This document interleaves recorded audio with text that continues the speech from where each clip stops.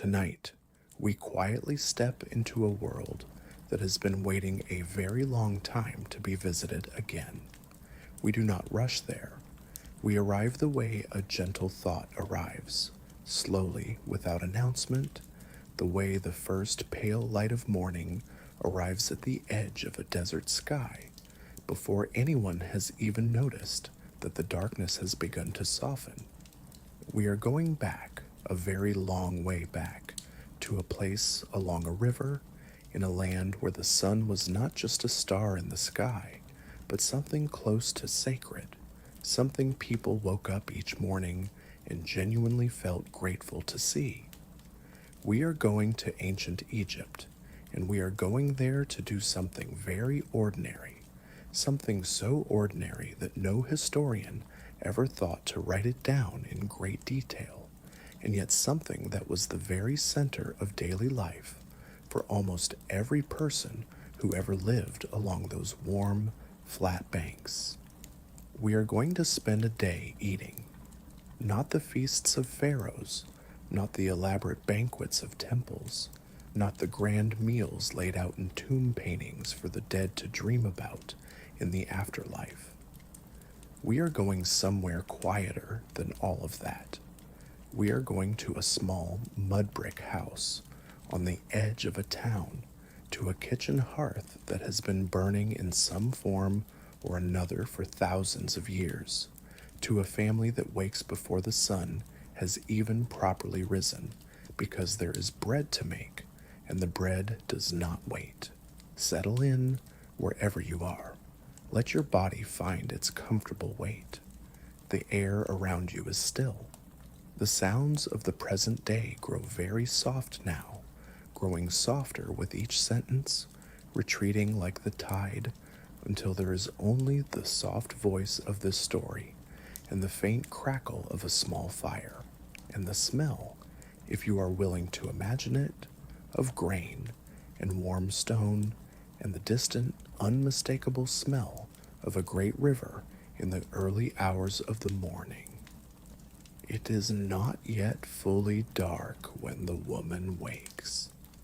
It is that hour that does not have a clean name, not night any more, and not yet morning, but somewhere in between, a pause in the world that the ancient Egyptians might have thought of as the hour when the sun god Ra was still traveling through the underworld in his bark, moving slowly through the deep places before he would rise again and restore the world to its proper order.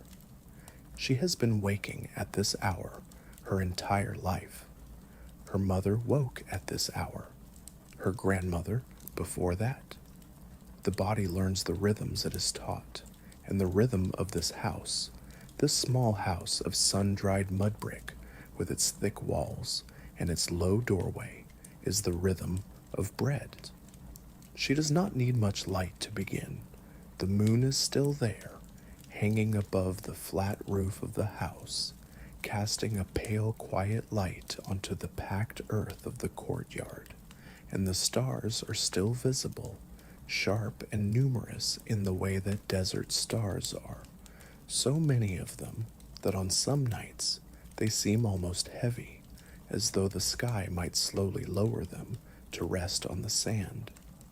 She has slept on the roof, as her family often does in the warm months, on a simple mat of woven reed, and she rises from it now without fully waking, in that way that very practiced people perform very familiar tasks, the body knowing what the mind has not yet fully joined. She wraps a linen cloth around herself. The linen is not fine. It is the plain, rough-woven linen of working people, worn soft from washing, from use, from years of exactly this kind of mourning. She moves down the stairs at the side of the house. The courtyard is quiet, not silent. The quiet of early morning is never truly silent if you listen carefully. There is the sound of something small moving in the rushes near the courtyard wall. There is the sound of the neighbor's dog settling, and then still again. There is the very faint, barely there sound of the river, which is never entirely gone from this place, which is a sound so constant and so present that the people who live along it often stop hearing it, the way you stop hearing your own breathing. And yet it is always there, underneath everything, a low and steady voice. She crouches near the grinding stones. The grinding stones are the center of the morning, in the way that certain objects in a household become the center of it, not through any special quality of their own, but through the sheer accumulation of time spent with them, through the fact that so many mornings have begun at this particular spot, in this particular posture, with these particular stones. There are two of them, a large flat lower stone called the saddle quern, and a smaller upper stone that fits into the hands and rolls and pushes across the surface of the lower one. They are made of a slightly rough, slightly porous stone, sandstone most likely, quarried from somewhere along the desert edge, and they have worn smooth in the middle from years of use, leaving a soft depression in the center of the lower stone where the grain collects as it is ground. She takes a measure of grain from the storage jar. The grain is emmer wheat, not the same wheat that fills the bread you may have eaten today, but a close ancestor of it, an older, harder variety that has been growing in this part of the world for so many thousands of years that it is almost as old as agriculture itself. The emmer kernels are small and pale, not golden yet, and when she pours them onto the lower stone, they make a soft, dry, faintly musical sound, like very fine sand falling. She kneels behind the stone, places both hands on the upper stone, and begins to grind.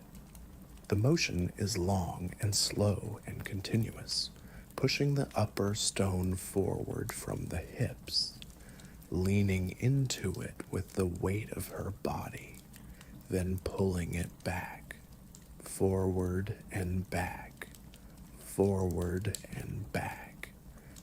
The grain catches between the two stones and begins to break open, releasing a smell that is one of the oldest smells in the history of human cooking.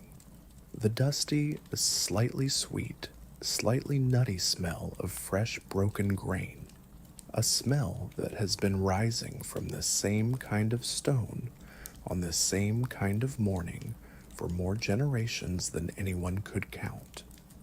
The flour accumulates on the sides of the lower stone, pale and powdery, and she sweeps it together occasionally with the side of her hand.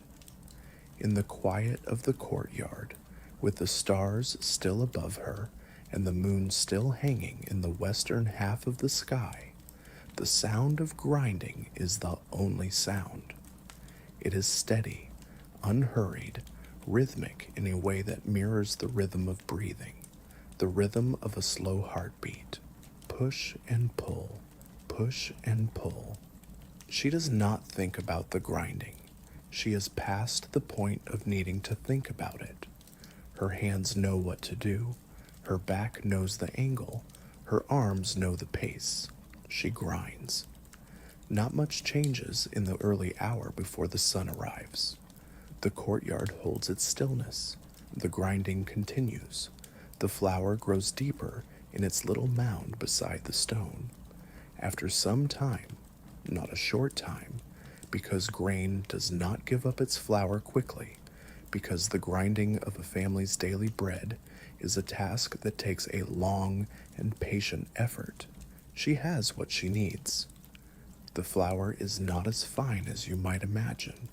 There is always a little grit in ancient Egyptian bread, a little sandy residue from the stone itself that works its way into the flour no matter how careful one is. And the people who eat this bread every day of their lives develop a very slight wear on their teeth from it, a gentle abrasion that tells the story of 1,000 mornings at the grinding stone. The bread they will make today will be slightly coarser than modern bread, slightly heavier, slightly more rustic in texture, but it will be their bread, and it will be good. She adds water to the flour.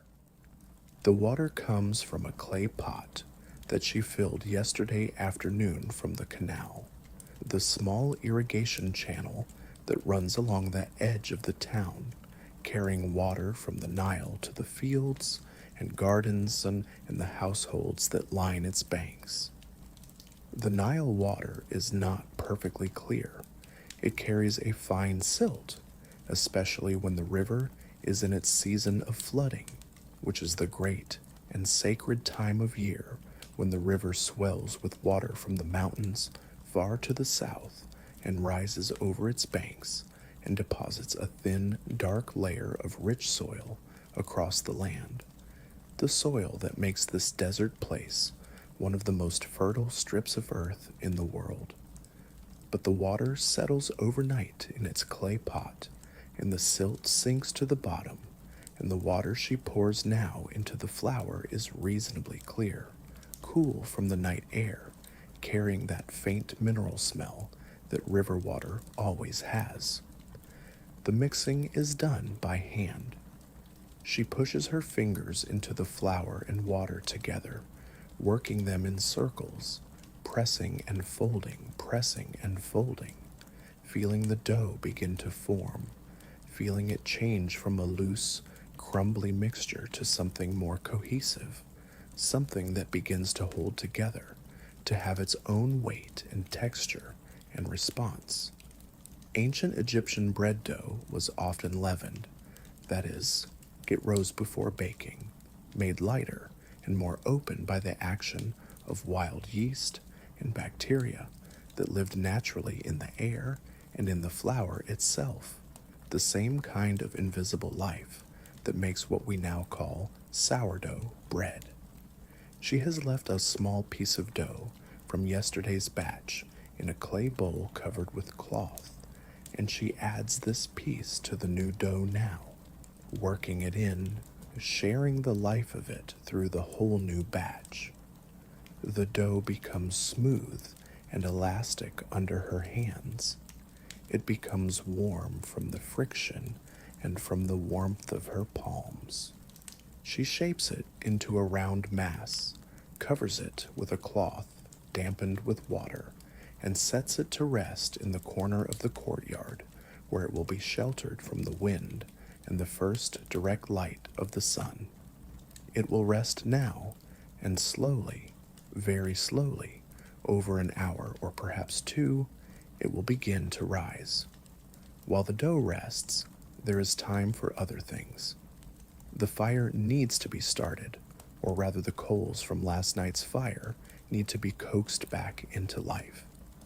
The cooking fire in this household lives in a small clay hearth built into the wall of the cooking area, a slight alcove on one side of the courtyard that is open to the sky above so that smoke can rise freely. The hearth is a simple thing: clay sides, a bed of ash and blackened earth, a grate of fired clay that holds the fuel above the floor of the hearth. The fuel is not wood, primarily because wood is not plentiful in Egypt, not the way it is plentiful in wetter, more forested places. The fuel is charcoal made from acacia wood, dark and light and clean burning, and it is supplemented with dried animal dung, which burns slowly and steadily and with a low, even heat that is useful for the long, patient cooking that much of Egyptian food requires. She uncovers the coals from their bed of ash, where they have been sleeping all night, holding their warmth the way a living thing holds its warmth under a blanket. She blows on them gently. They glow orange in response, a brief brightening that fades again, then brightens again when she blows once more. A few thin threads of smoke rise in the still air of the pre-dawn courtyard. She adds a small amount of fresh charcoal, building it carefully around the living coals, not smothering them, but sheltering them, giving them something new to catch and grow toward. The fire takes hold slowly. There is no urgency in this. The fire knows what it is doing, and she has done this enough mornings to know that patience here is not a virtue, but simply a description of how fires work.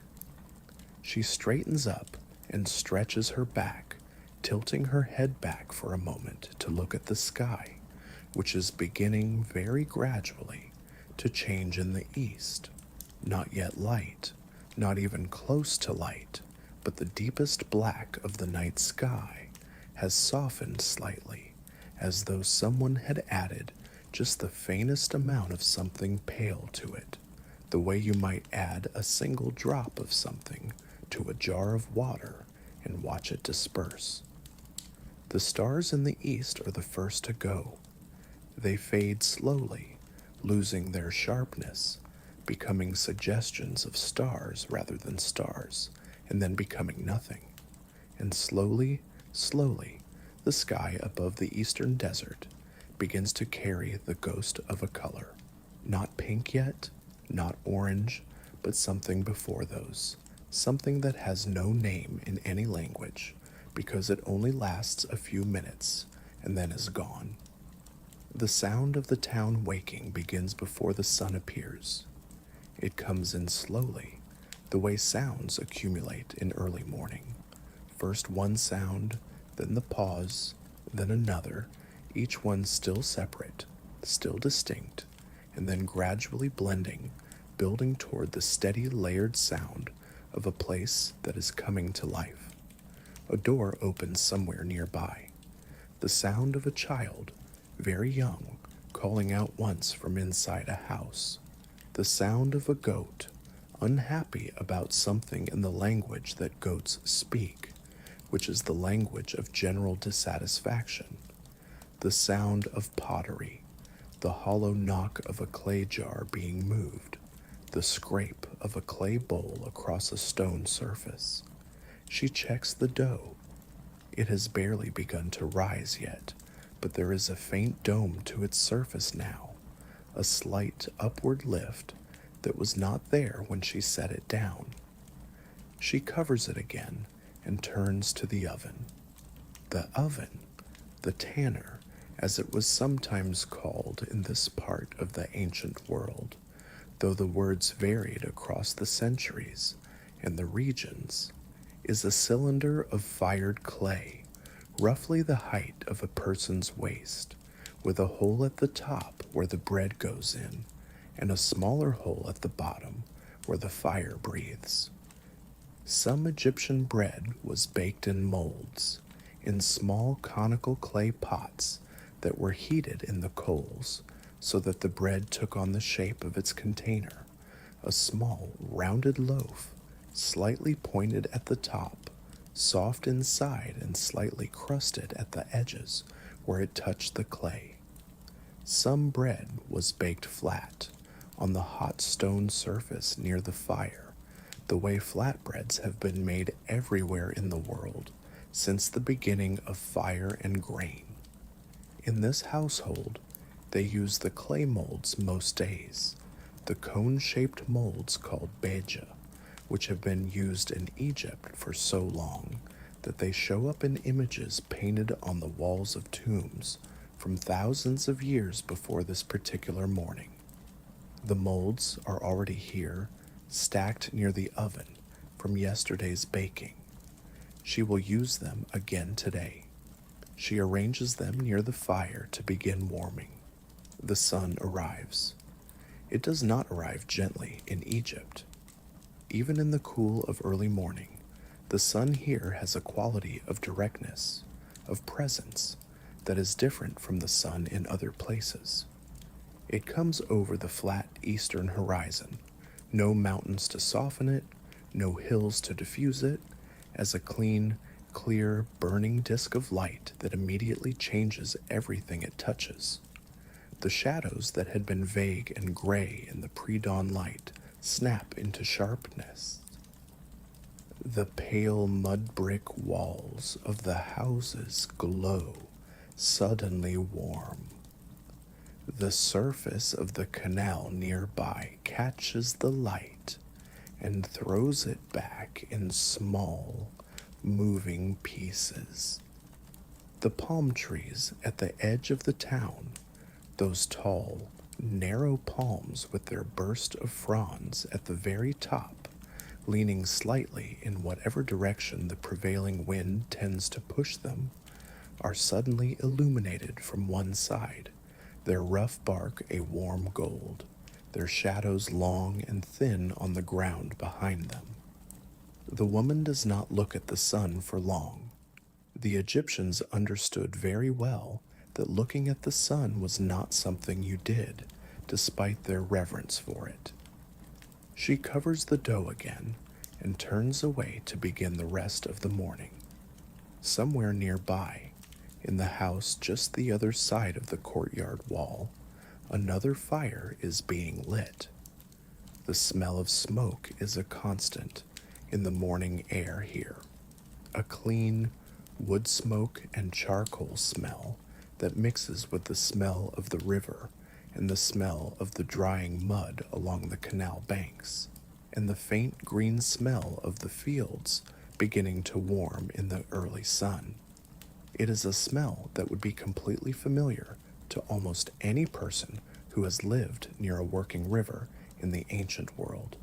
It is a smell of morning, of beginning, of the ordinary business of staying alive. The dough is rising now. She can see it clearly, the dome of it pressing upward against the cloth that covers it. She checks it with one finger, pressing lightly into the surface, and it springs back slowly, which means it is ready, or nearly ready. She will give it a little more time. From the same jar of grain, she takes a smaller measure and puts it in a different bowl, not for bread, but for something else, something that is being prepared over a longer span of time, in a different way altogether. Beer. If bread is the foundation of the ancient Egyptian diet, beer is the other stone under the foundation, the thing below the thing, equally central, equally important, consumed by everyone from the youngest children to the very old, given to workers as part of their daily wages, offered to the gods in the temples, left in the tombs for the dead to drink in the afterlife. Beer was not then what beer is now. It was thicker, less clear, more nutritious, something between a drink and a food, carrying proteins and sugars and the gentle warmth of fermentation, and it was brewed at home the way bread was baked at home, not once in a while, not as a special occasion, but as a regular task, woven into the rhythm of the household week, the way washing clothes or tending the garden or grinding grain was woven in. The beer process takes longer than a single morning. It has already begun in a large clay jar that sits in the shaded corner of the cooking area, covered with a palm fiber mat. Inside that jar, a batch of grain and water has been slowly fermenting for a day or two, doing its quiet, invisible, almost magical work of turning starch into sugar and sugar into something that will, when ready, be strained through a basket and poured into drinking vessels, slightly sweet, slightly sour, slightly thick, cool and sustaining in the relentless heat of the Egyptian afternoon. She lifts the mat and looks in, noting the smell, noting the color, deciding that it needs perhaps one more day before it is ready. She replaces the mat and leaves the jar to its slow, patient process. Not much changes in the kitchen between the first light and the full morning. There is the fire, and the dough, and the jars, and the clay molds warming near the heat, and the woman moving among all of it with the unhurried competence of someone who has done all of this so many times that her hands and her body carry the knowledge independently of any conscious thought, leaving her mind free to be wherever it wishes to be, with her family still sleeping inside the house, with the sounds of the town coming to life around the courtyard walls, with whatever small private thoughts the early morning brings. By the time the rest of the household wakes, the dough has risen enough, and she has begun to shape it. Shaping bread is a quiet and careful task. She tears off pieces of the dough, not cutting it, but tearing it in the way that bread dough tears best, with a kind of gentle pulling that respects the structure that the fermentation has created, and presses each piece into one of the waiting clay molds, pushing it gently into the cone shape, making sure it reaches the bottom, smoothing the open top. The dough is soft and giving, slightly sticky, smelling of that faint, sour, yeasty smell that fermented doughs have, a smell that is alive in the way that only fermentation can make a thing smell alive. She fills each mold, working along the row of them until all the dough is used. The molds go into the oven, or near the oven, or onto the hot stones beside the oven, depending on the temperature and the state of the fire.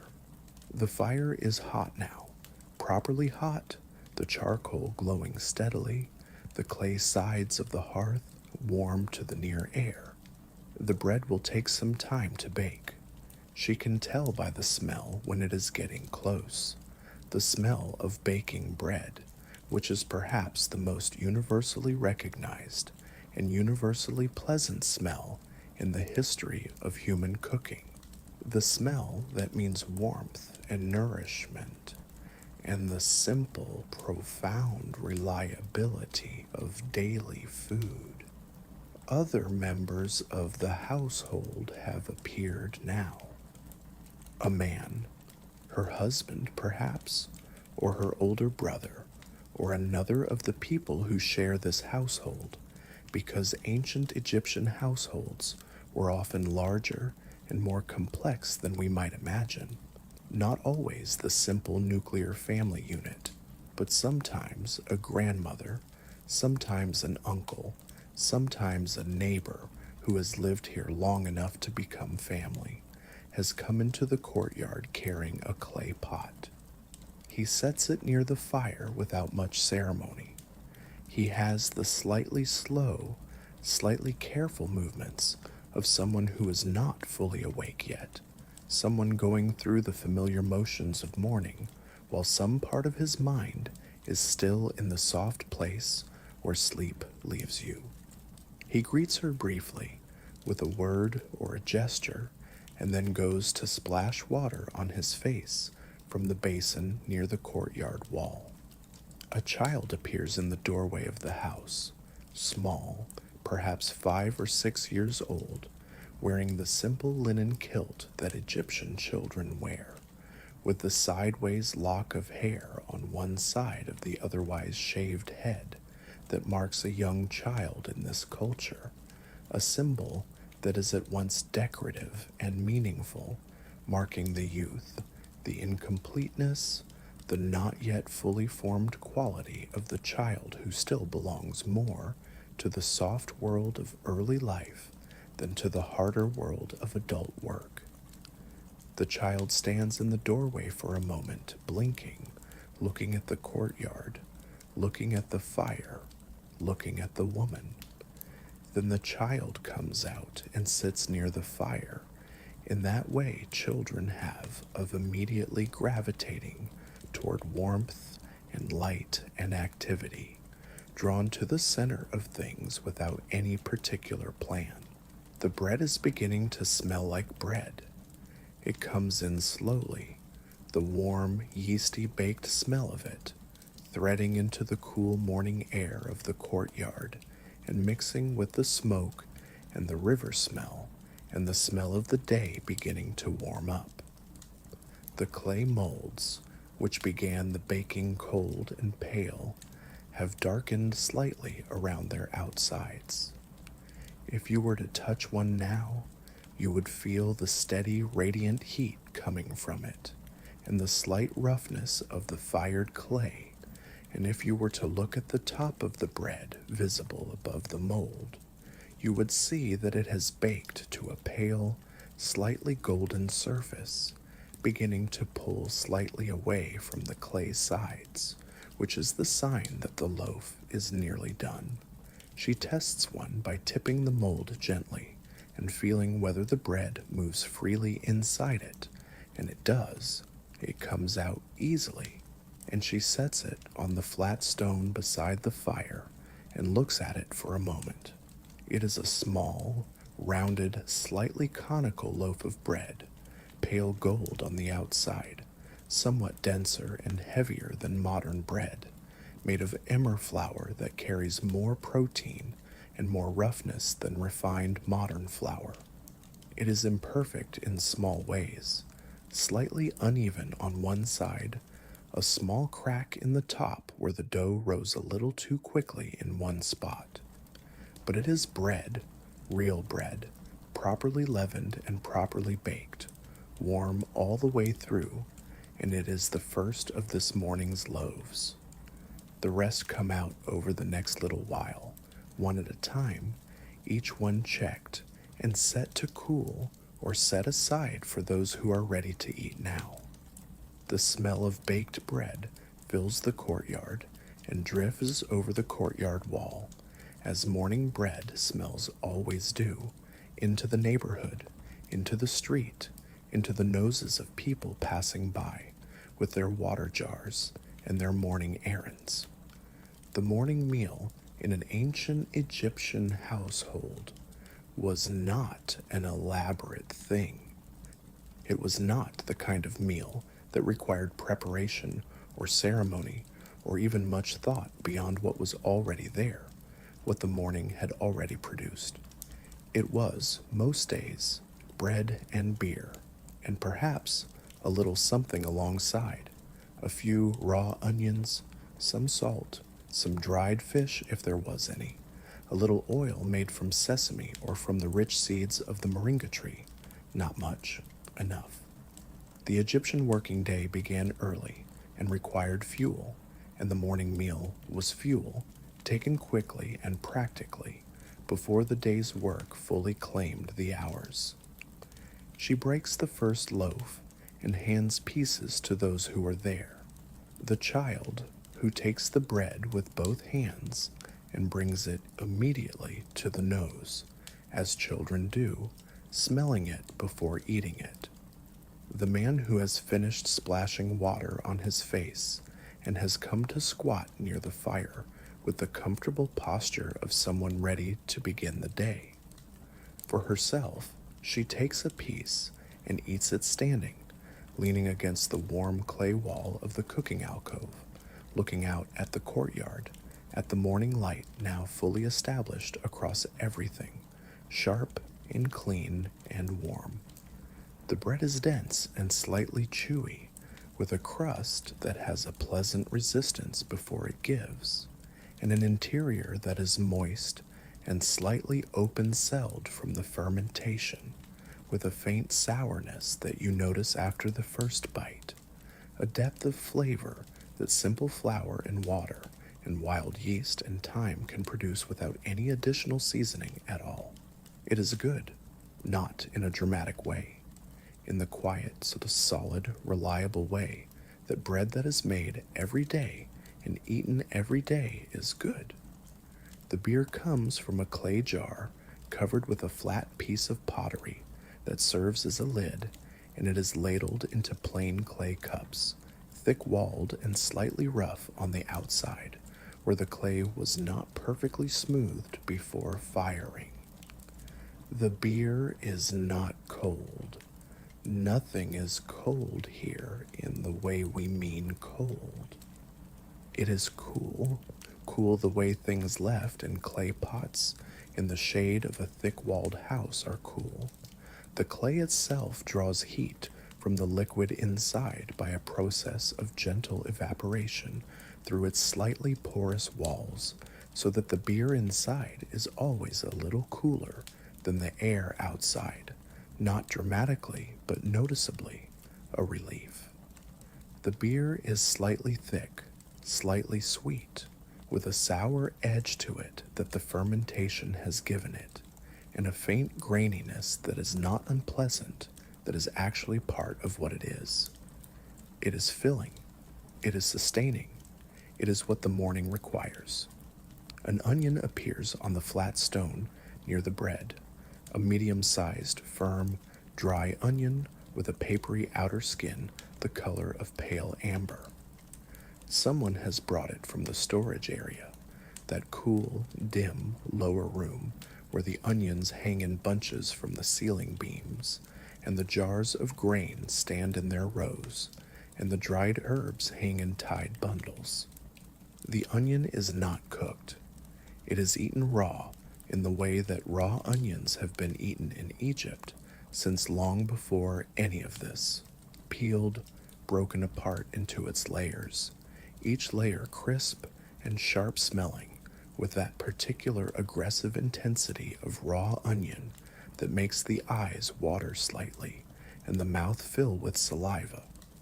Beside the dense, slightly sour bread and the filling beer, the raw onion is sharp and bright, cutting through everything, waking up the mouth in a way that the gentler flavors of the bread do not.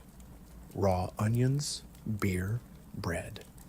These three things, repeated every morning for thousands of years, are the taste of ancient Egypt as much as any image in any tomb, as much as any hieroglyph on any wall. They are the taste of ordinary life, the taste of people who worked hard and needed to eat and ate what was there, what was good, what kept them alive and moving through the long hours of the Egyptian day. After the morning meal, the courtyard changes. The eating is done. The fire is banked slightly, held at a lower level now that the bread is baked, waiting for the midday meal when it will be needed again. The clay molds are stacked to the side and will be washed later. The beer jar is recovered.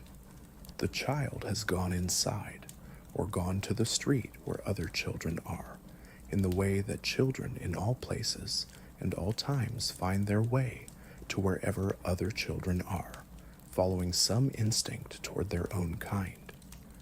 The man leaves for work.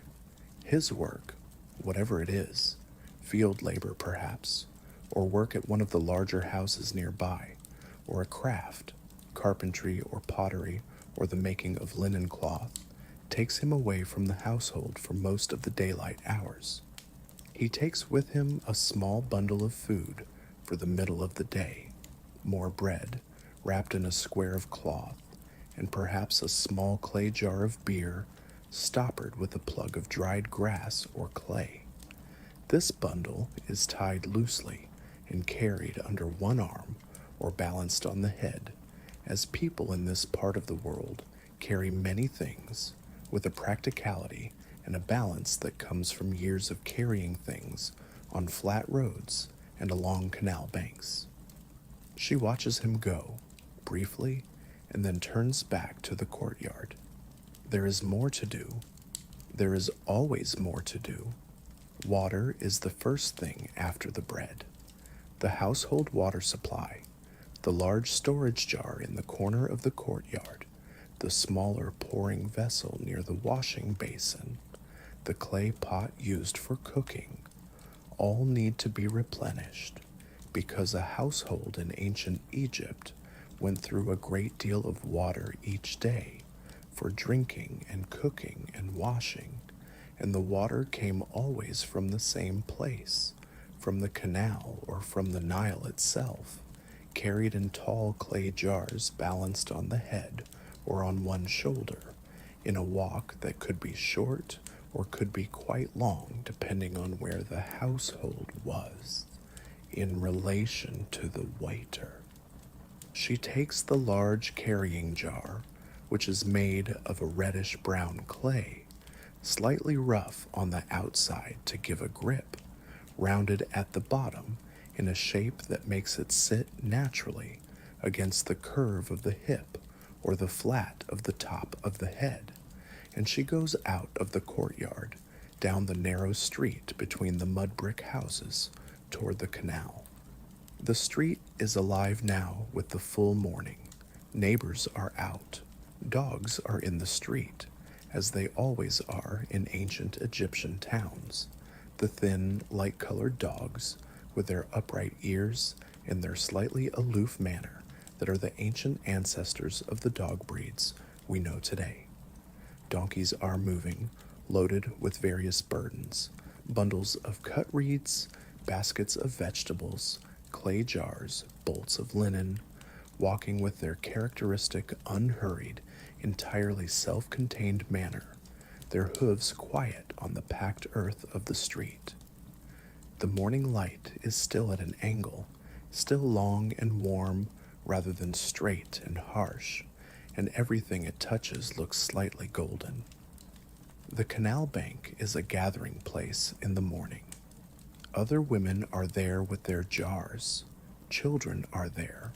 A man is watering a pair of oxen that stand in the shallow water of the canal's edge with patient expressions, drinking slowly, their large, dark eyes half closed. The canal water is not perfectly clear. It carries the faint, brownish tint of Nile silt, but it is cool and it is clean enough, and she fills her jar from it, letting the water flow in with that deep, resonant, hollow sound that water makes when it fills a clay vessel. The sound changing as the jar fills, shifting from low to slightly higher as the water level rises. The jar, full, is heavy. She lifts it to her head with a motion that is entirely practiced, entirely natural, her neck and shoulders and back adapted to this specific weight, in this specific position, by a lifetime of doing exactly this thing. She walks back to the house with the measured, slightly careful step of someone carrying something heavy and full on their head, upright, steady, each footfall placed with attention. By mid-morning, the heat is beginning to establish itself. It is not yet the full heat of the Egyptian midday, which is a heat of a different order entirely. A heat that seems to press down from above and rise up from below at the same time, that makes the air above the stone streets shimmer slightly, that sends every living creature that is not obligated to be outside into the shade and stillness of shelter. But the morning is well past its cool, gentle beginning.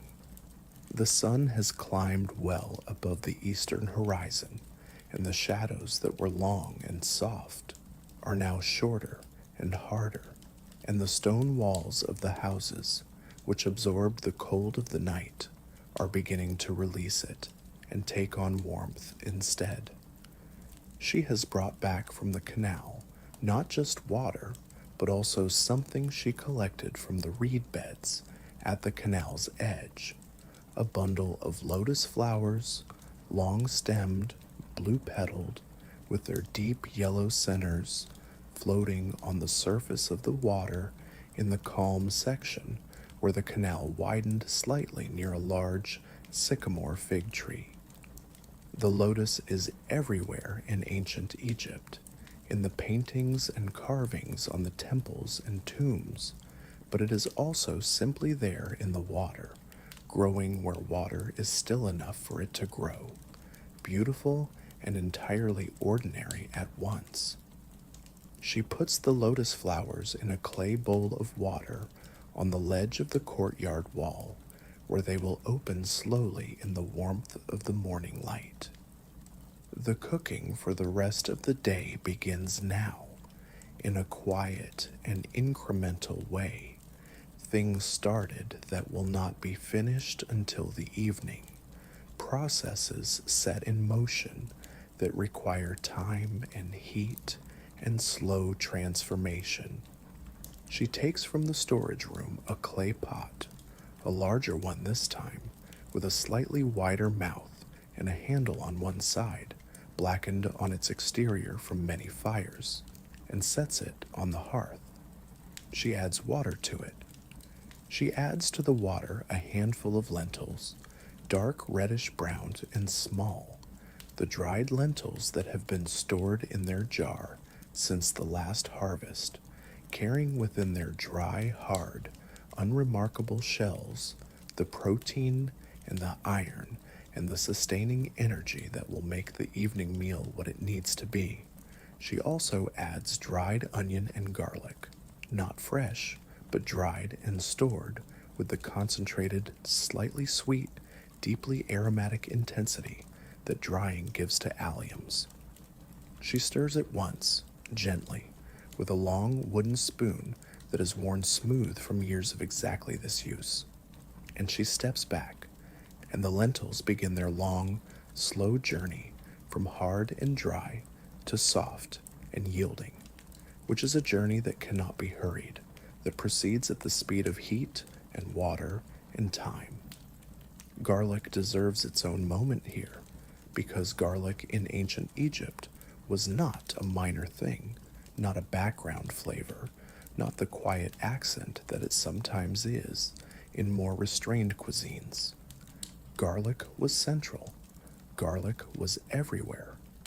In the Eber's Papyrus, one of the oldest known medical texts in the world, a document from ancient Egypt that lists remedies and treatments for various ailments, garlic appears in dozens of formulations for intestinal complaints, for bites, for infections, for fatigues.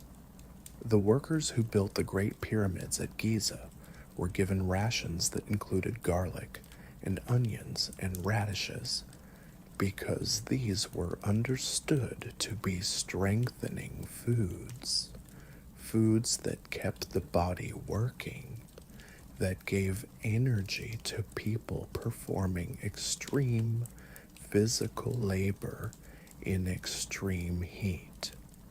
There is an ancient graffito, a piece of writing scratched or painted on a wall by the workers themselves, not a ceremonial inscription, but a casual note from working people that complains that the supply of garlic and onions was interrupted at some point, with the weariness and mild outrage of people who depend on something very much and have been suddenly denied it. Garlic is in the lentil pot. It is also, in another form, hanging in the storage room, whole bulbs strung together on twisted linen cord, dry and papery, their smell muted and gentle in that state, but ready to release the full force of themselves the moment they are crushed or cut.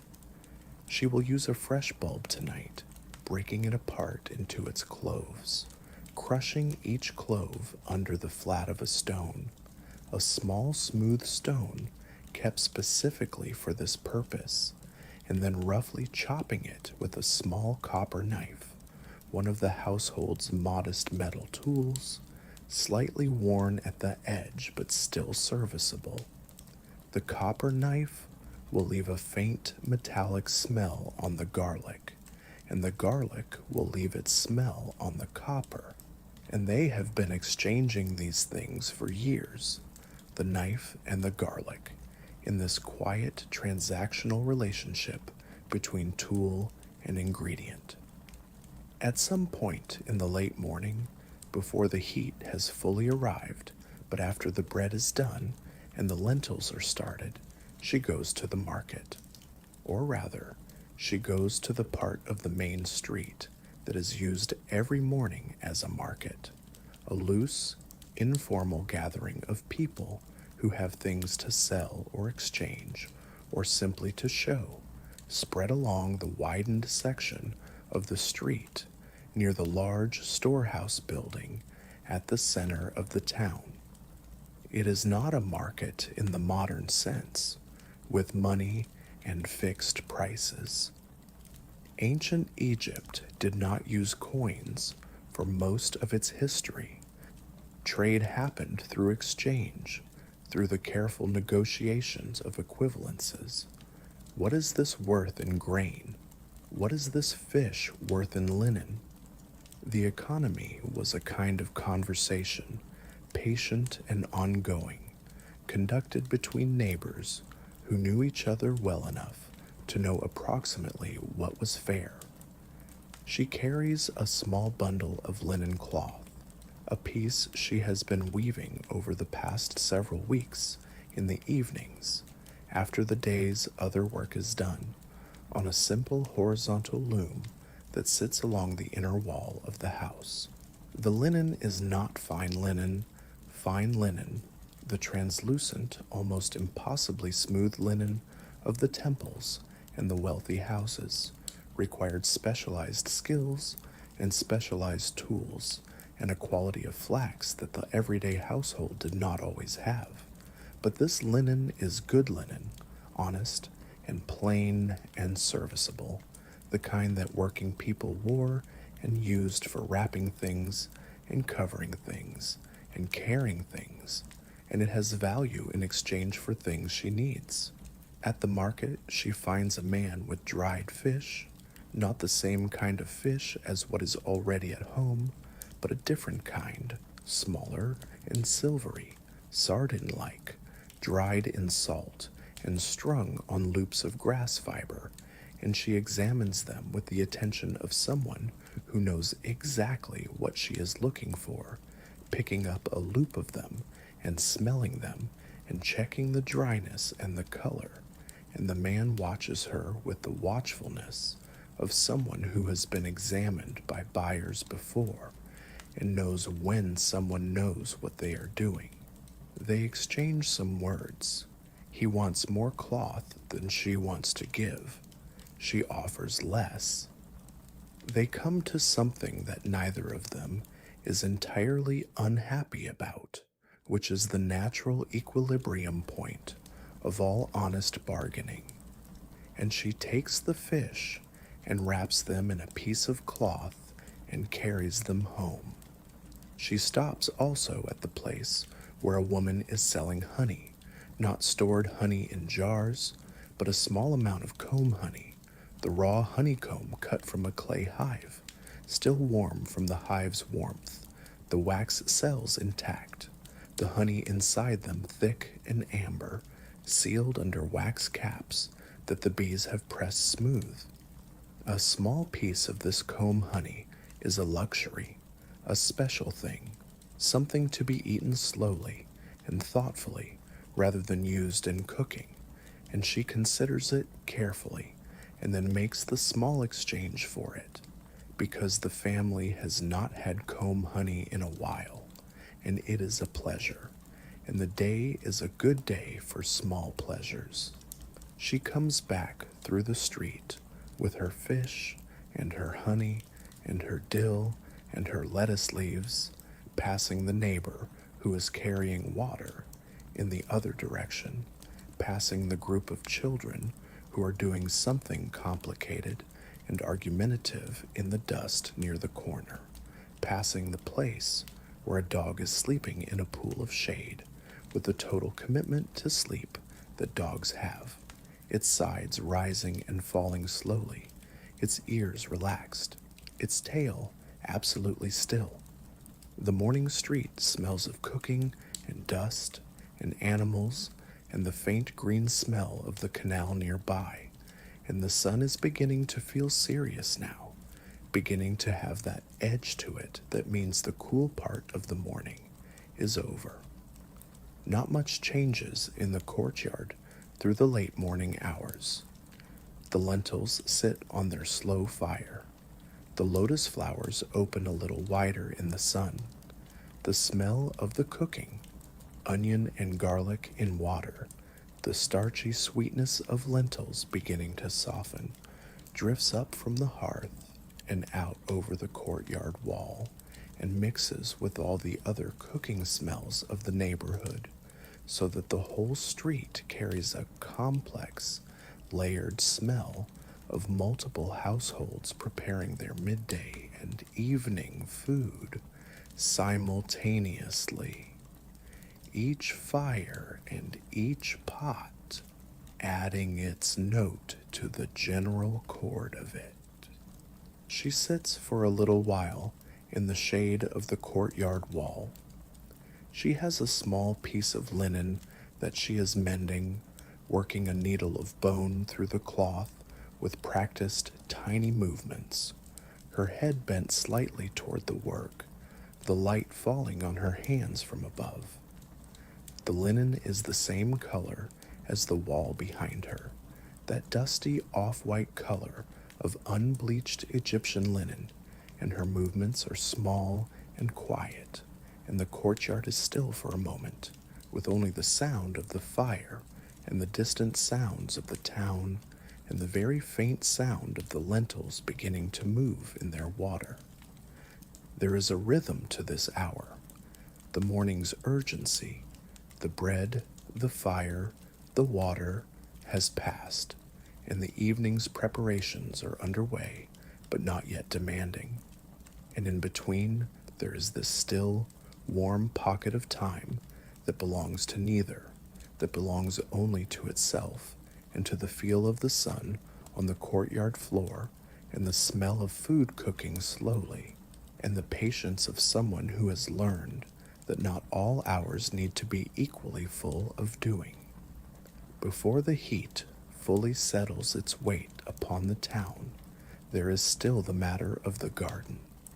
Behind the house, separated from the courtyard by a low wall of the same pale mudbrick as everything else in this neighborhood, there is a small garden, not a garden in the decorative sense, not the formal gardens of wealthy estates with their rectangular pools and their rows of ornamental palms and their flower beds laid out in geometric patterns, but a working garden, a productive patch of cultivated earth that exists for the singular purpose of providing food and herbs, and occasionally something simply beautiful, the way a single fig tree at the corner of a garden is beautiful, or the way a climbing gourd vine across a wall is beautiful.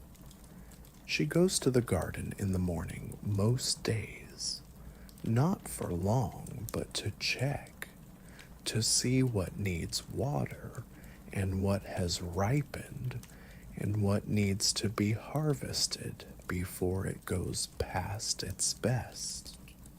The garden is watered by hand from the household water supply, a slow and laborious business in a dry climate where the thin gray-brown soil between the planted rows dries almost immediately after watering if it is not in shade, cracking into fine patterns of desiccation, the moisture drawn up and away by the sun and the dry air before the roots have had a chance to fully absorb it.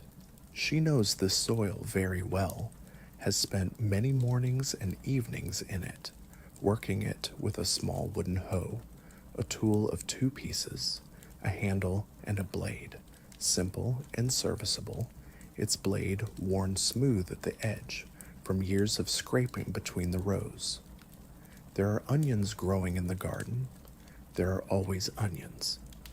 They emerge from the soil in their quiet rows, their long green tops of vivid color against the dry earth, moving slightly in any passing air, their bulbs still underground, still swelling, still working toward the moment when they will be harvested and spread on the flat roof to dry, and then stored in the darkness of the lower room. Around the onions are garlic plants at a different stage, already forming their fat bulbs, the dry outer layers of the garlic just beginning to paper over in the way that tells you they are nearly ready. There are tall, slightly scraggly lettuces near the wall, their leaves large and somewhat bitter, the outer ones beginning to yellow at the edges, but the interior ones still good, still crisp enough to eat. There is a cucumber plant, sprawling rather than upright, its broad leaves flat on the soil between the rows, its small yellow flowers open, its fruits just beginning to form.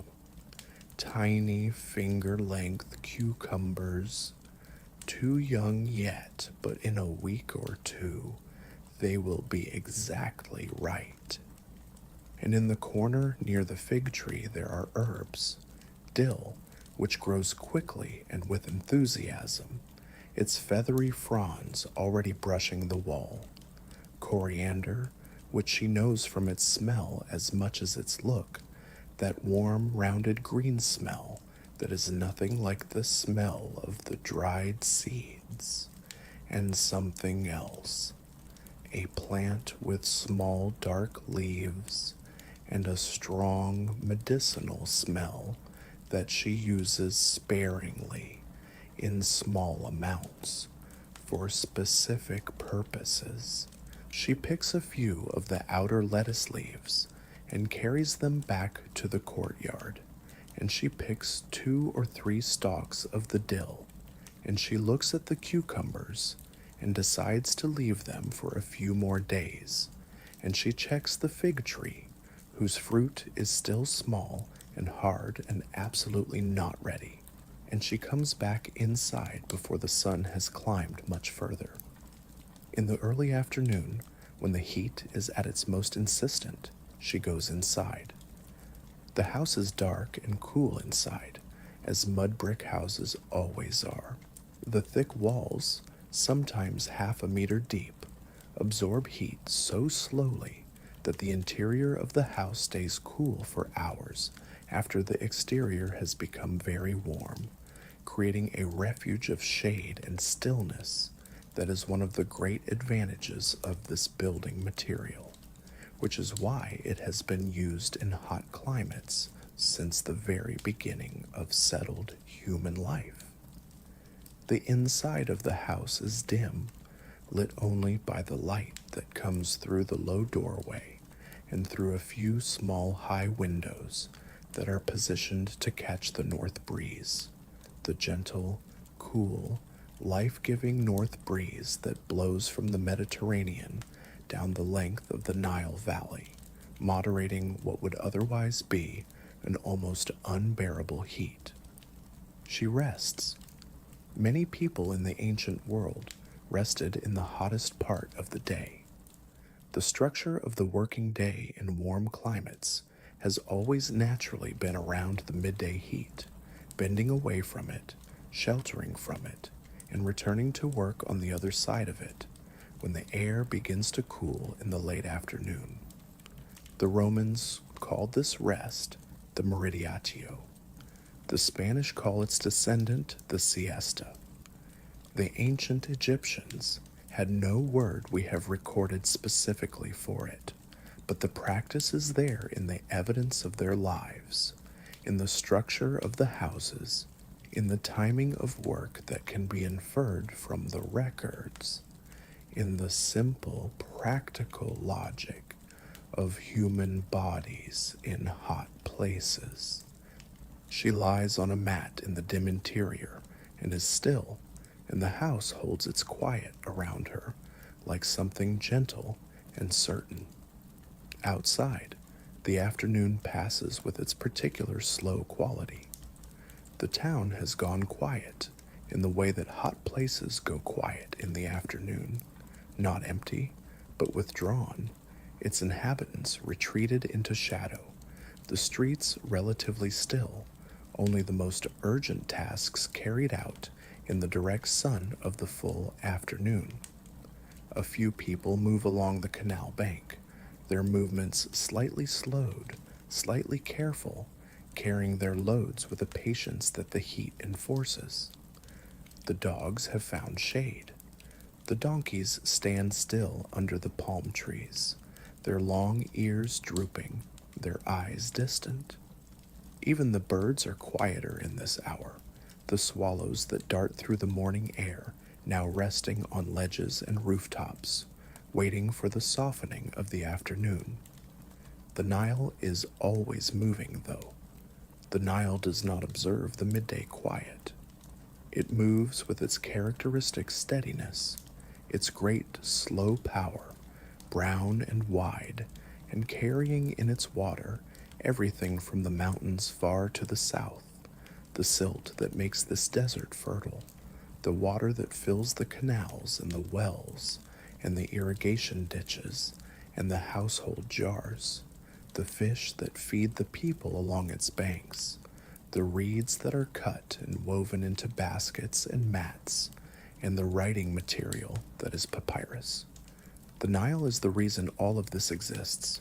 This town, this house, this courtyard, this fire, this bread, these people, everything in Egypt flows back to the Nile, literally and in every other way.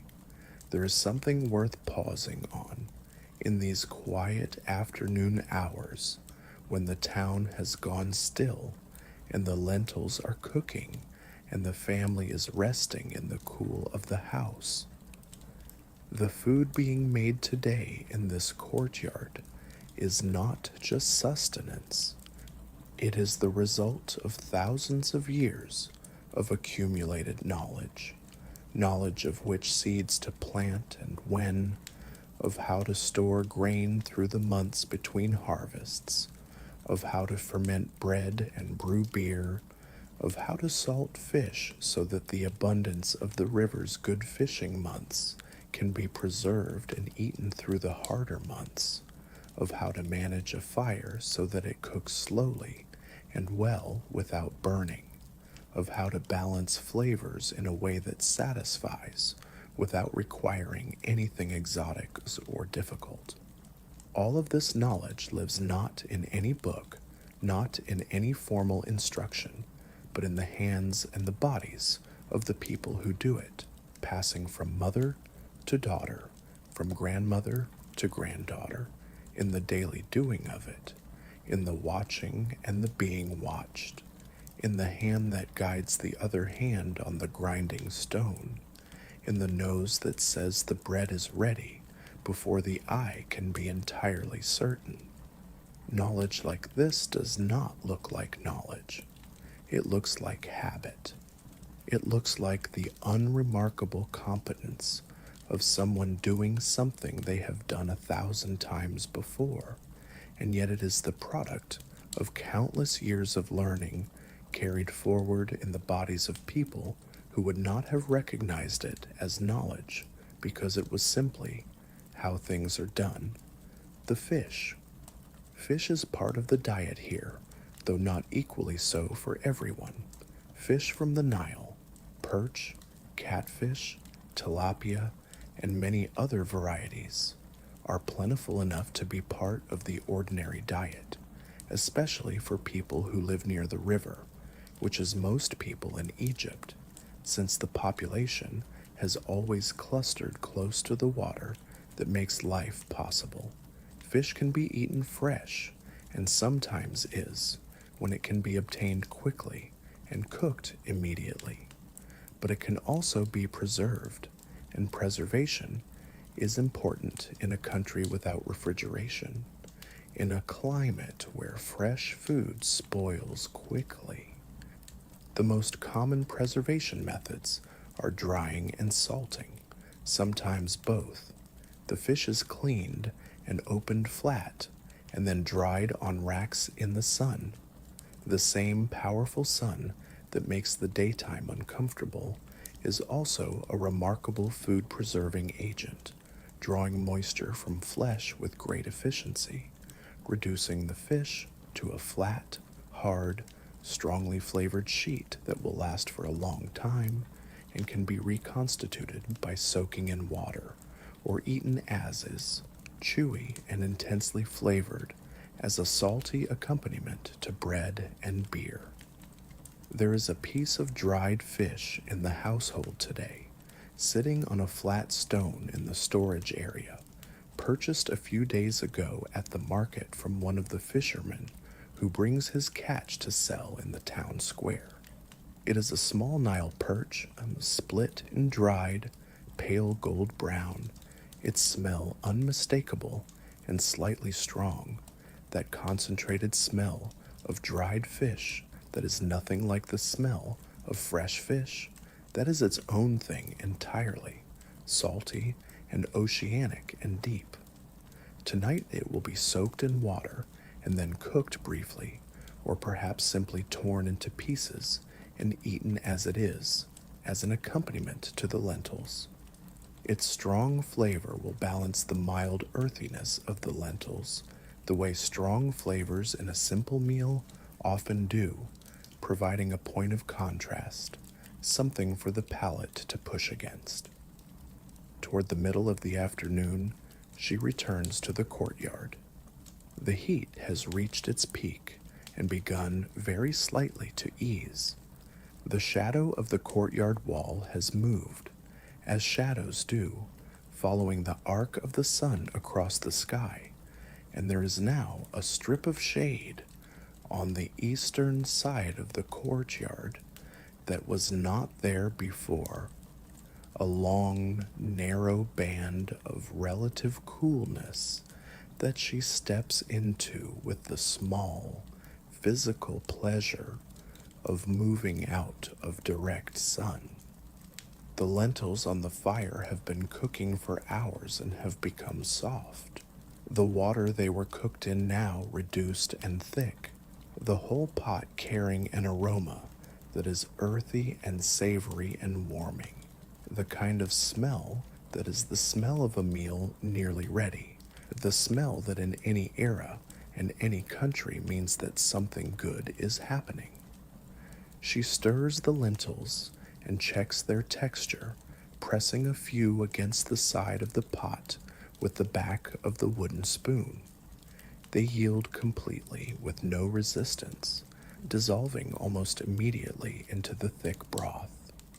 She adds more water, just a little, to bring the consistency to where she wants it, and more salt, the salt that comes from the desert edges, the dry mineral salt that is one of Egypt's natural resources and one of its important trade goods. The salt is added not just for flavor, but because it is understood here, practically if not scientifically, that salt preserves and that salt strengthens and that food without salt is incomplete. She adds it in a pinch, tasting as she goes, leaning over the pot to smell the rising steam. The steam from the lentil pot is warm and slightly sweet, carrying that complex mixture of cooked legume and allium and salt, a smell that is ancient and domestic and comforting in a way that few other smells are. It is the smell of a meal being made for specific people, with care, with knowledge of what they need, with the quiet competence of someone who has made this meal many times before and will make it many times again. The vegetables now. From a basket near the courtyard wall, a basket woven from split reeds in a close, regular pattern, its interior smooth and slightly dark from use. She takes out what is there, a small bunch of leeks, a few cucumbers, a handful of radishes, some stalks of something green that might be a wild herb or a cultivated one. The vegetables in ancient Egypt were many and various, and the Egyptians ate them with enthusiasm. They grew in the gardens attached to houses, in the fields along the Nile, in small plots watered from the canal. Leeks, onions, garlic, lettuce, a loose, slightly bitter lettuce that was associated with fertility in Egyptian mythology, though it was also simply a vegetable that grew well and tasted green and fresh. Cucumbers, radishes, and many kinds of legumes. All of these were common. She takes the cucumbers first. They are small and slightly curved, with a dark green skin and a cool, faintly watery flesh when she cuts into them. She slices them thinly, the copper knife moving through them with a clean, quiet sound on the flat stone she is using as a cutting surface, and she arranges the slices in a shallow bowl.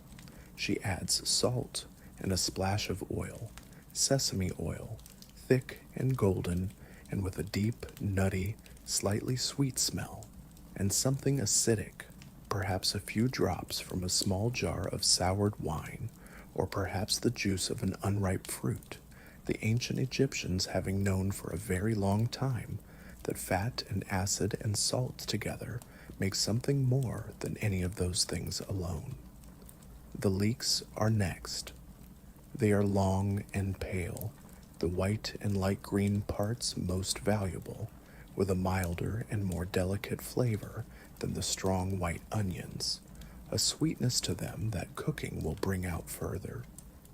She cuts them, not into fine slices, but into rough pieces, each one perhaps the width of a finger, and sets them aside to be added to the lentil pot toward the end, so that they will cook just enough to become tender without losing their texture entirely, so that they will still be something rather than nothing, still recognizable as leeks rather than merely absorbed into the general softness of the stew.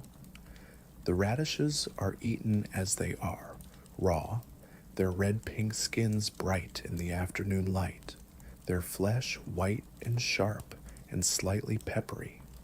They are one of the foods that ancient Egyptian workers were specifically noted to have eaten, one of the common foods of labor and of ordinary daily life, simple and immediate, requiring no preparation beyond the washing, carrying in them a kind of directness that suits the simplicity of the midday meal. Late afternoon. The sun is lower now, its angle returned to something more gentle, the harsh perpendicular light of midday giving way to the warmer, longer light of the declining afternoon, a light that makes the mud-brick walls glow and makes the surface of the canal shine in a completely different way than the morning shine, a more golden and more still and more reflective shine, as though the water were showing you the sky rather than just catching pieces of it. The shadows are lengthening again. The birds are moving again. The swallows return to their restless, darting flight through the cooling air, catching the insects that rise from the surface of the water and the irrigated fields in the early evening. She adds the leeks to the lentil pot. She tears the dried fish into pieces and soaks them in a small bowl of water, letting them begin to soften, watching the water take on a pale brownish color from the salt and the fish. From the storage room, she brings out a small jar of something amber-colored and dense, which when she opens it releases a smell of deep sweetness cut with something floral and slightly medicinal and entirely unmistakable, honey. Egyptian honey from the domesticated bees that have been kept in this part of the world for as long as the Nile has been flowing, in clay hives along the warm banks of the river, producing a honey that is pale and thick and carrying in it all the flowering plants of the Egyptian seasons, the clover and the acacia blossom, and the various wildflowers that grow along the desert edge and the canal margins. Honey in ancient Egypt was medicine and sweetener and offering and luxury and ordinary household ingredient all at once. She uses it sparingly, not in the lentils, but set aside for the end of the meal, for the moment after the savory things, for the sweet closing of the day. There are dates. Dates are the fruit most thoroughly identified with the ancient Egyptian table, the fruit that grows on the tall, graceful date palms that are among the most recognizable trees in the Egyptian landscape.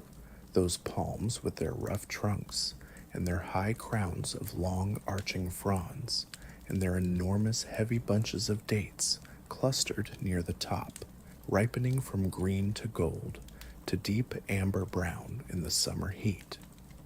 The dates in the basket are dried, which concentrates their sweetness into something almost intensely sweet, a richness and a caramel depth that fresh dates do not have, and they are slightly sticky to the touch, and each one carries in the center of its sweet flesh a long, narrow stone around which the whole fruit is organized. She has a small pile of them on the flat stone near the fire, and she will put them out with the bread and the honey tonight. There are figs, too. The sycamore fig, which is a different tree from the common fig, but produces a similar fruit, grew abundantly in ancient Egypt, and its fruit was eaten fresh in season and dried for the rest of the year. The figs in the household are dried, small and slightly wrinkled, their skin a yellowish brown, their interior, when you break one open, a deep rose red, sweet and dense, carrying that rich, jammy fig flavor that is unlike any other fruit flavor. She sets a few of them alongside the dates. The household is gathering again in the late afternoon, in the way that households gather toward evening, the various members returning from their various hours, drawn back to the center by the smell of cooking and the pull of the familiar, by the lowering of the sun and the rise of a small evening breeze that comes down from the north and moves through the courtyard and touches the faces of the people in it with a coolness that is, after the heat of the day, genuinely and deeply pleasant. The child is back, louder now than in the morning, full of the energy of children who have spent a day in the company of other children and return home not tired but wound up, carrying some game or some story from the street that they need to tell immediately, insistently, before any meal is served or any other event is acknowledged. The man is back, dusty from his day, carrying the slight tiredness of real physical work in his posture, his shoulders slightly lowered, his eyes more still, his movements the movements of a body that has spent its day being useful and is now ready for the evening. She is stirring the lentils. She has added in the last half hour the leeks and a little more garlic, a fresh clove, crushed, its sharp raw smell flaring up and then mellowing immediately in the heat of the pot, and some dried coriander, the small, round, pale seeds of the coriander plant, which has been used in Egyptian cooking for a very long time, which appears in ancient Egyptian medical texts and in burial sites, its seeds found preserved in tombs from thousands of years ago, its warm, slightly citrusy, faintly spiced smell unmistakable.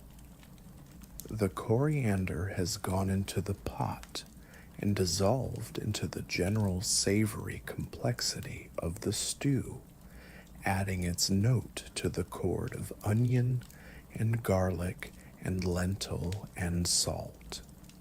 The fish pieces, softened now in their soaking water, go into the pot as well, tearing apart further as they hit the heat, their strong flavor distributing itself through the liquid, strengthening and deepening the whole thing, turning what might have been a simple lentil soup into something richer and more complex, something that carries in it the flavors of the river and the desert salt and the dried herbs and the long hours of slow cooking. She tastes, she adds a little salt, she tastes again, she stirs.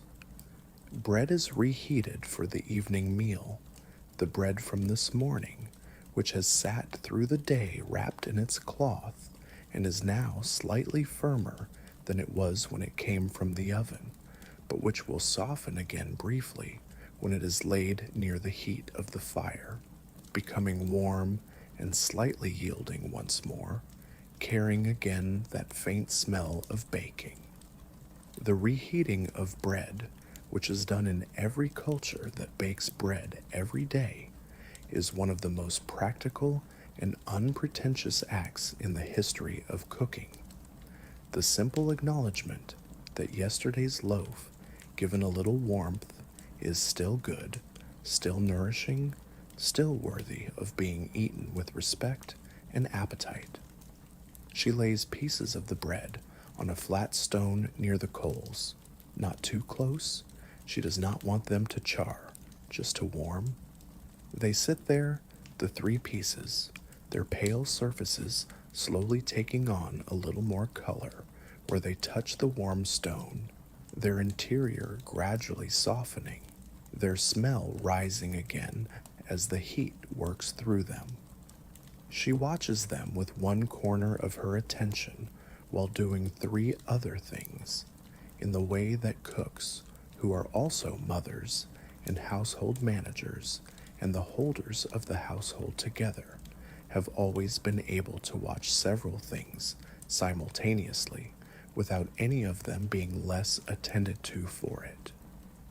The courtyard in the evening light is very beautiful.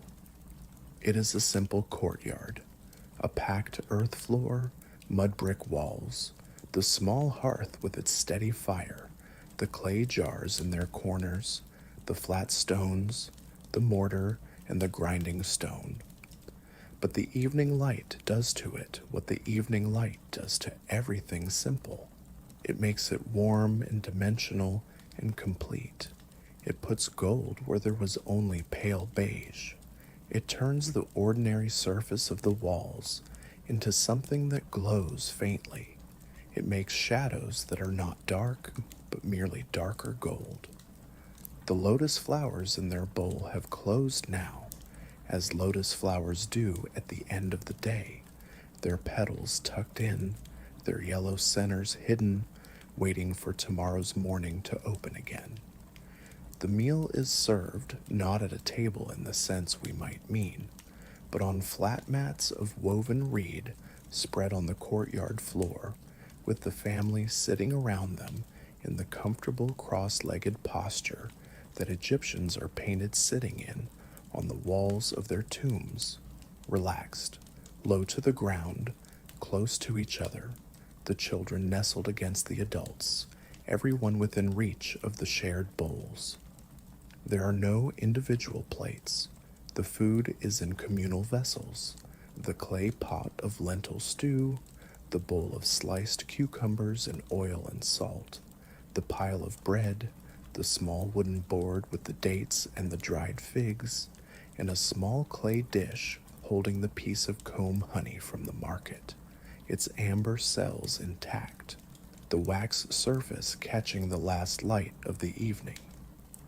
People eat from the shared bowls with their hands, or with pieces of bread used as scoops, tearing the bread and pressing it into the stew and bringing it to the mouth, the bread absorbing the broth and the garlic and the fish, becoming saturated with the flavor of the stew, becoming a vehicle for it.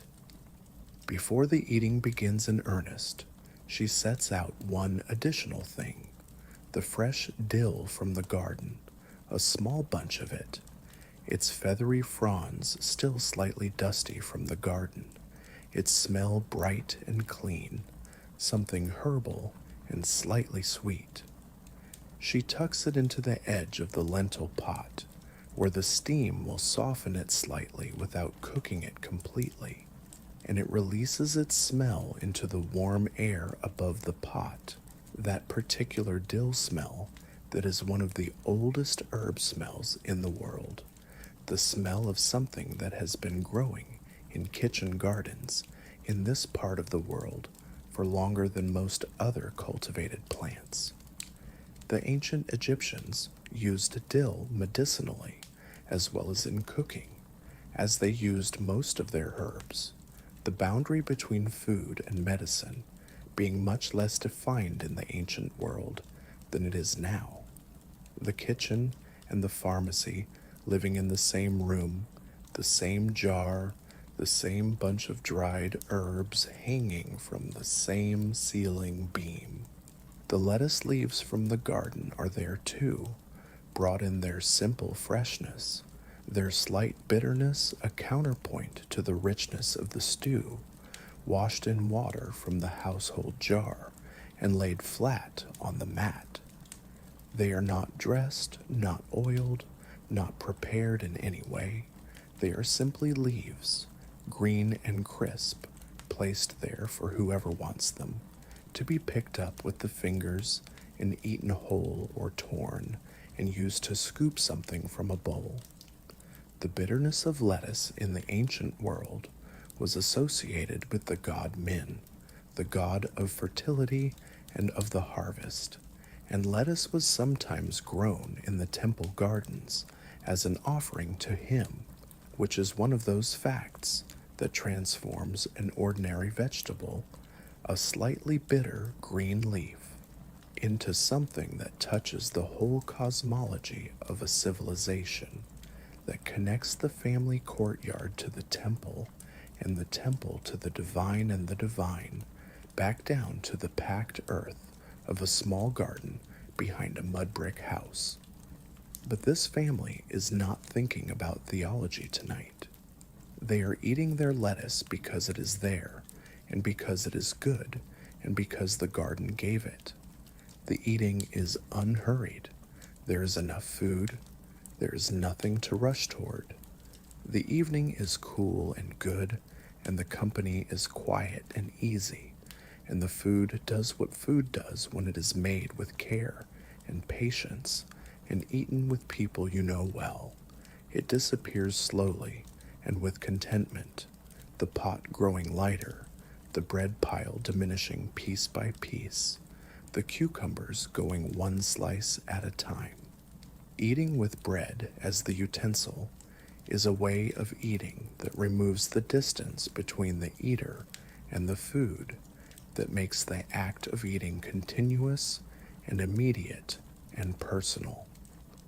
The bread touches the food touches the bread, the hand holds both, the mouth receives them together. There is no instrument between you and what you are eating, no mediation, and the result is a kind of intimacy with the meal that is physical and real and deeply satisfying. The lentil stew is good. It is properly thick, properly seasoned, carrying the deep, quiet flavors of legumes, cooked for a long time in good water with good aromatics, with the strong undernote of the dried fish running through it, and the faint warmth of the coriander in the back of the mouth after each mouthful. The cucumber slices are cool and sharp against the warmth of the stew, a contrast that works the way contrasts in simple meals often work, not sophisticatedly, not by design, but by the simple logic of the palate seeking variety and the kitchen providing it with what it has. The bread is warm and good, as bread always is when it is warm and freshly made. There is beer with the evening meal, as there is with every meal. It is poured from the clay jar into clay cups, and it is slightly different from this morning's beer, being from a batch made 2 days ago, a little more sour now, a little more settled, carrying more depth than the younger beer. It is good beer by the standards of this place and this time, and it is drunk without ceremony, as water is drunk, as a necessity that happens to have flavor. The evening is soft around them. The last light of the sun has gone from the sky, but the sky itself still holds a pale memory of the day, a high, clear Egyptian sky that deepens through blue and then violet as the light fades, until the stars begin to appear. First one, then a few, then many, then the full extraordinary number of them that the desert sky shows when it is completely dark, so many that they seem almost crowded, so bright and close that you feel you understand why the ancient Egyptians made so much of the sky, looked at it so carefully, named so many things in it, built the great structures of their civilization to align with it. The child has eaten and is now drowsy, leaning against the woman with the boneless, unself-conscious heaviness of a small child giving themselves up to sleep, eyes half open, one hand still holding a piece of bread that is no longer being eaten. She puts her arm around the child without interrupting her conversation with the man who is talking quietly about something from his day. A small thing, nothing important, the kind of talking that is not really about information, but about the company of another person, about the end of the day, about the transition from the doing of things to the resting from things. The fire has settled to coals again, as it does every evening, falling from its cooking state into its sleeping state, from the bright and useful fire to the dark and quiet fire, the same coals that will be there in the morning, holding their warmth through the night, waiting for the first breath of the next day to wake them. She puts the dates and the dried figs in a small bowl and sets them in the center of the mat between the now empty lentil pot and the remains of the bread. She opens the jar of honey and dips a fig into it, feeling the thick honey coat the fruit, watching it drip slowly back into the jar as she holds the fig up before eating it. The honey is sweet in a way that is almost startling after the savory meal, a pure, clear sweetness that is not the sweetness of sugar, but something more complex, more flowery, slightly medicinal in the back of the throat, the sweetness of a substance that was made by thousands of small creatures visiting thousands of flowers over the course of a warm Egyptian spring and summer that carries in it the memory of all those flowers. The dates are next, one at a time, each one bitten into carefully to find the narrow stone inside, the sweet, dense flesh yielding completely, its caramel richness sitting on the back of the tongue after each one, a lingering, satisfying sweetness that is the taste of evening, the taste of the end of the day's work, the taste of something small and good given to the body as acknowledgement of all it has done. The child is fully asleep now, carried inside without waking, set on the sleeping mat with the careful, practiced movements of someone who has done this many times. The night air coming off the desert is beginning to carry its particular quality of coolness, the rapid dropping of temperature that the desert is capable of when the heat of the day has nowhere to hide, when the flat land and the clear sky allow the warmth to dissipate into the enormous coolness of the night sky above. In the winter, this coolness becomes cold. In the summer, it is merely relief, a grateful moderation, the day's intensity giving way to something manageable. She sits for a little while longer in the courtyard after the man has gone inside, in the darkness that is not entirely dark, because the coals of the fire still glow, and the stars give their own light, and the moon, if it is showing tonight, adds its particular silver quality to everything.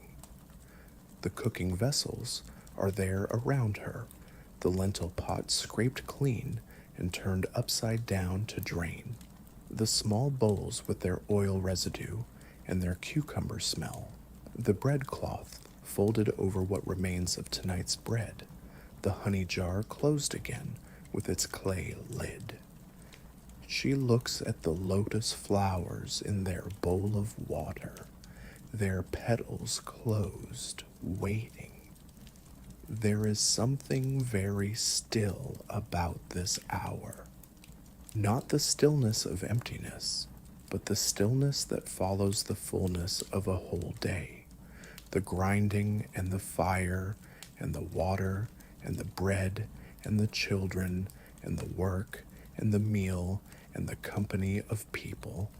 The stillness that is what comes after all of that, and when the doing is over and the day has been what it was going to be, complete in its ordinariness, complete in its repetition, complete in the way that only very ordinary things can be completely themselves. It is worth staying here for a little while in this quiet courtyard before we begin to let the story close.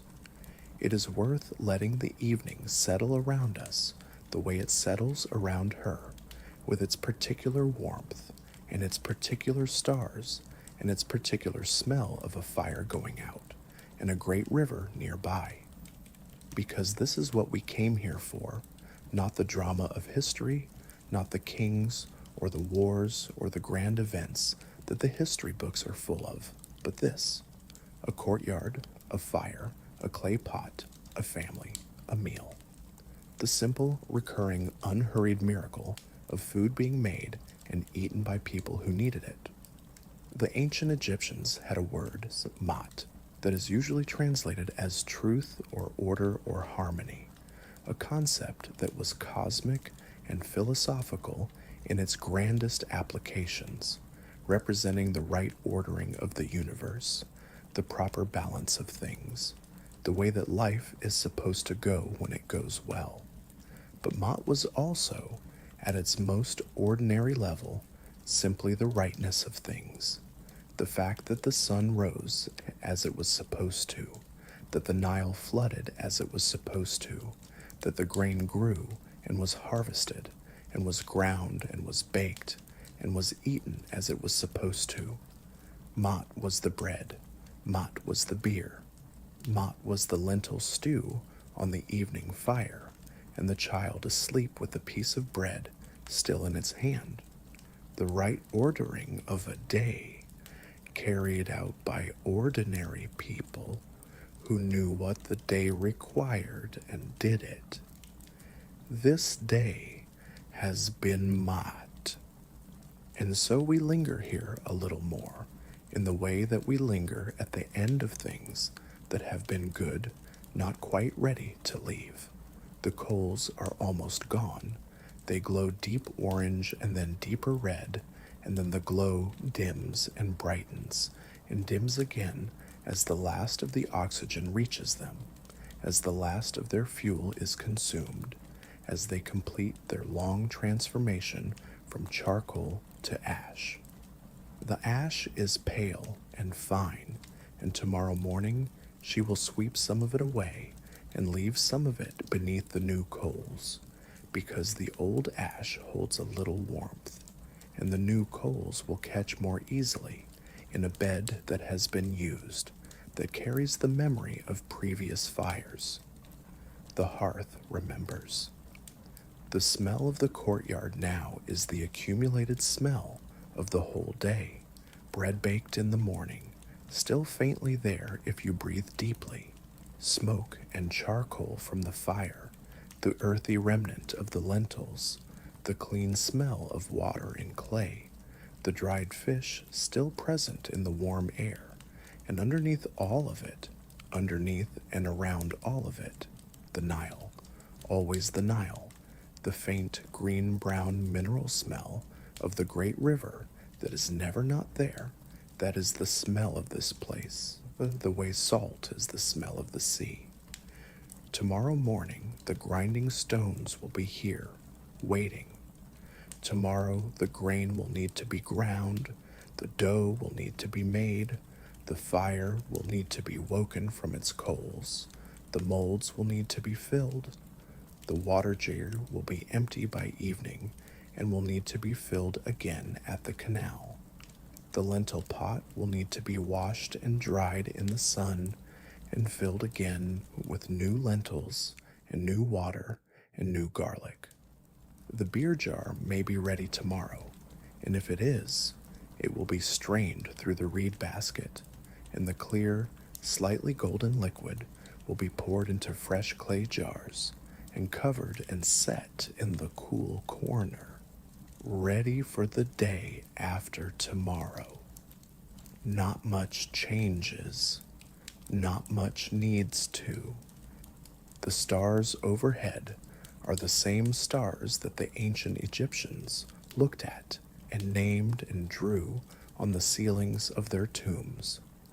In those extraordinary ceiling paintings of the night sky that you can still see today if you go to Egypt, if you stand in those dark painted rooms and look up at the deep blue ceiling covered in golden stars arranged in their constellations and their patterns, the stars that the Egyptians used to track the seasons, to know when to plant and when to harvest, to know when the Nile would begin its rising.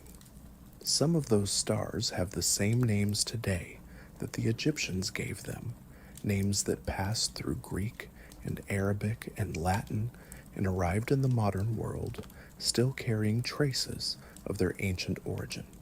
The sky is the same sky. The stars are the same stars. The darkness between them is the same enormous, quiet, indifferent darkness that it has always been. In the morning, the sky will turn that particular pale non-color at the eastern edge and then go pink and then orange, and then the clean burning disk of the sun will appear over the flat horizon, and the shadows will snap into sharpness, and the birds will begin their morning noise, and the dogs will shift from wherever they have been sleeping, and the town will wake, one sound at a time, and the grinding stone will begin, and the fire will wake from its coals, and the bread will be made, and the beer will be poured, and the day will be what it will be, the way all days are what they are, carrying in them the same work and the same meals and the same small ordinary pleasures that they have always carried. Let the courtyard go quiet now. Let the fire sleep. Let the clay pots sit in the darkness in their places, the grain jar and the water jar and the honey jar and the beer jar, all of them still, all of them holding what they hold, patient as clay is patient, patient as stone. Let the lotus flowers sleep in their bowl, their petals pressed closed against the night, dreaming, if flowers dream, of the morning when they will open again, blue and yellow in the bright Egyptian sun, floating quietly on their shallow bowl of canal water. Somewhere in the town, another fire is going out, and another.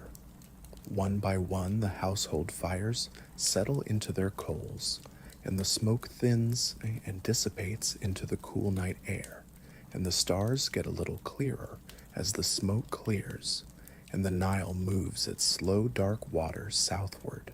No, northward, always northward, because the Nile is one of the very few rivers in the world that flows from south to north, flowing from its sources deep in the continent toward the sea, flowing through the valley it has carved over millions of years, the valley that the ancient Egyptians called simply the Black Land, for the dark, rich soil the Nile left on its banks, surrounded by the Red Land, the desert, the place of heat and silence and the stars, the Black Land and the Red Land, the river and the desert, the bread and the beer, the morning fire and the evening fire, the lotus that opens and the lotus that closes. The cycle, always the cycle, the ancient Egyptian understanding of life as something that moved in circles rather than lines, that returned rather than departed, that came back as the sun came back, as the Nile came back, as the grain grew and was cut, and was ground and was baked and grew again. The child sleeping inside is breathing slowly, with the deep, easy breathing of childhood sleep, the breathing of someone who has no worry about whether the morning will come, who simply rests in the absolute trust that the morning is there, that the bread will be there, that the smell of the fire will be there, that the ordinary, beautiful, reliable world will be there when they open their eyes. That trust is not naive. It is well founded. The morning has come every morning so far. The bread has been there. The fire has been there. The ordinary world has continued to be the ordinary world, day after day, year after year, in this small mudbrick house beside a canal, beside a river, in a country where the sun rises every morning with the same directness and the same warmth and the same ancient certainty. She climbs the stairs to the roof. The mat is still there from the morning, where she left it before the day began. She lies down. The roof is slightly warm beneath her from the day's heat, but the air above is cool now, and the stars are everywhere, and the sound of the Nile is there, under everything, steady and low and completely itself. She pulls her linen cloth around her. She closes her eyes. In the morning there will be bread. We leave her here, on the warm roof under the cold stars, with the town quiet around her, and the river moving in the dark, and the lotus flowers closed in their bowl in the courtyard below. We leave the courtyard as it is, with its sleeping fire and its patient jars and its grinding stone waiting for the morning. We leave the small house with its thick walls and its cool interior and its sleeping family. We leave the canal bank and the narrow streets and the dogs in the shadows and the donkeys resting and the date palms standing in the moonlight with their fronds very still because the night wind has stopped. We leave ancient Egypt slowly, the way we arrived, not rushing, not making any sudden movement, stepping back the way you step back from something beautiful, not because you want to leave, but because you know you must, keeping your eyes on it for as long as you can. The village grows smaller behind us. The Nile widens. The desert opens out on both sides, pale and enormous in the starlight, and the sky above it is full of everything the sky is full of, and the sound of it all, the sound of this whole living ancient world, grows softer and softer as the distance between us grows, until there is only the faintest suggestion of it, the suggestion of a fire, the suggestion of grain, the suggestion of water in a clay pot, the suggestion of bread, warm and good and entirely ordinary, the bread of an ordinary day that is over now, that has been what it was, that has been enough. Slowly, gently, in the quiet. The grinding stone rests in the courtyard. The flour is made. The bread was baked this morning and will be baked again tomorrow. The lentils have been eaten, and the pot is clean and waiting. The honey jar is closed. The dates are sweet, and the figs are sweet, and the beer was good, and the day is complete. The way a day that has been fully lived is complete, not dramatically, not memorably in the way that history books mean, but complete in itself, in the way that a day can be complete when it has been what it was supposed to be, when the work was done and the food was made, and the people who needed to be fed were fed, and the fire kept what it was supposed to keep, and the water was there from the river, and the sun rose as it was supposed to, and set as it was supposed to, and the stars came back as they always come back, faithful and numerous and very far away. There is nothing more to do tonight. The day is over. The bread is made. Rest now.